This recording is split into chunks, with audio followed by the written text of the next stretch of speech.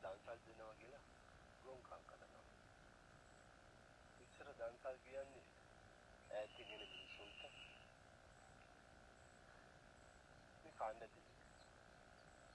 අද ගමේ දන්සලක් දෙන්නේ ගමේ මිනිස්සු. පිටින් එන මිනිසුන්ට කන්න දෙන්නේ. ඒ කිලෝමීටර් ගානක් පොලිම තියෙන ගමේ මිනිස්සු. අර ඈත මිනිස්සු අනේ රත්ති අද වෙන කැමති නෑ යන. ඒ ගණන් ඉන්නපන්. එහෙමනේ අපි හරි දේ කරන්නේ. දන්සල් දෙනවට වඩා මිනිසුන්ට කන්න දෙනවට වඩා පින දිනන සතුට දෙන්නේ බලු කපුට දාන. අනේ උන්ට කන්න දෙන්න. උන්ට බෙහෙත් ටිකන. මිනිස්සු සල්ලි වියදම් කරනවා දන්සල් දාන. ගෙදර බල්ලට බෙහෙත් ටිකක් නෑ. ඒකට හොදි හැදිලා. කන්න නෑ. දෙනවනේ ගෙදර බල් සත්තු කන්න ටික. උන් ගැන බලන්න ඉපා. අම්මලා තාත්තා ගැන බලන්නේ නැති ඉතියක් ගන්න. පල්ලි කන්න පොය දාන්න. ගියාන අම්මා තාත්තා හරි බලන්න.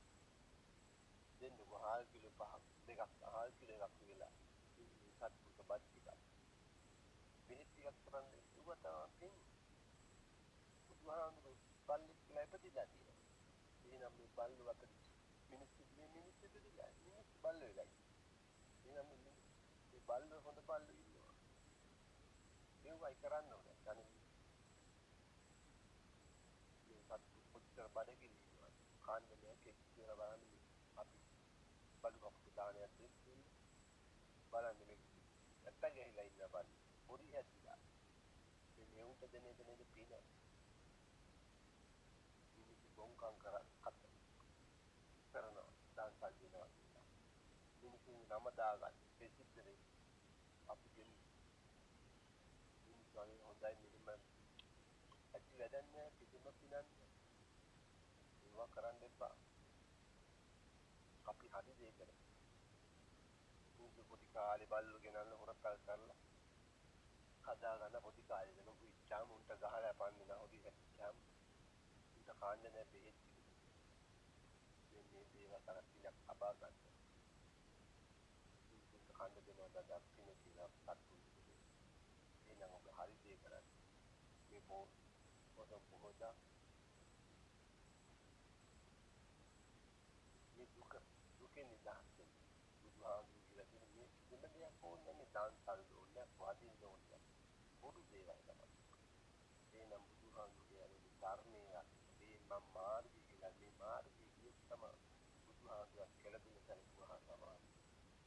එහෙනම් හරි දේ කරනවා. මේ ජීවිතේ ඔබ කොච්චර දුක් විඳලාද? එහෙනම් මේ ජීවිතේ මේ දුක ඔබට දැනෙනවා. එහෙනම් අපි මොකද කරේ? හරි දේ.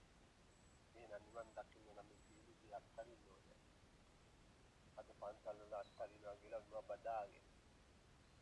එහෙනම් මේ වැරදි මාර්ගය.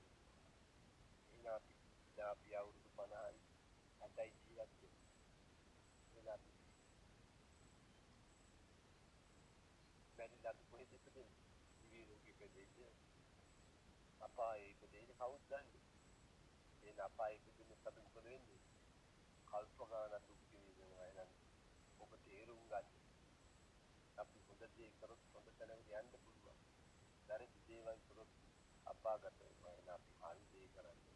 මේ රටට මේ සමාජයට අපි හොඳ දේවල් දෙන්න. අපට පිනක් ලැබෙන අපිට හොඳ තැනක ඉපදෙන්න. එහෙනම් ඔබ හරි දේ කළා. හරි මාර්ගය ගමලා. එහෙනම් මේ ජීවිතය ජය ගන්න. මේ සසරින් ජය ගන්න. ඔබට නිවන් සැප ලැබේවා.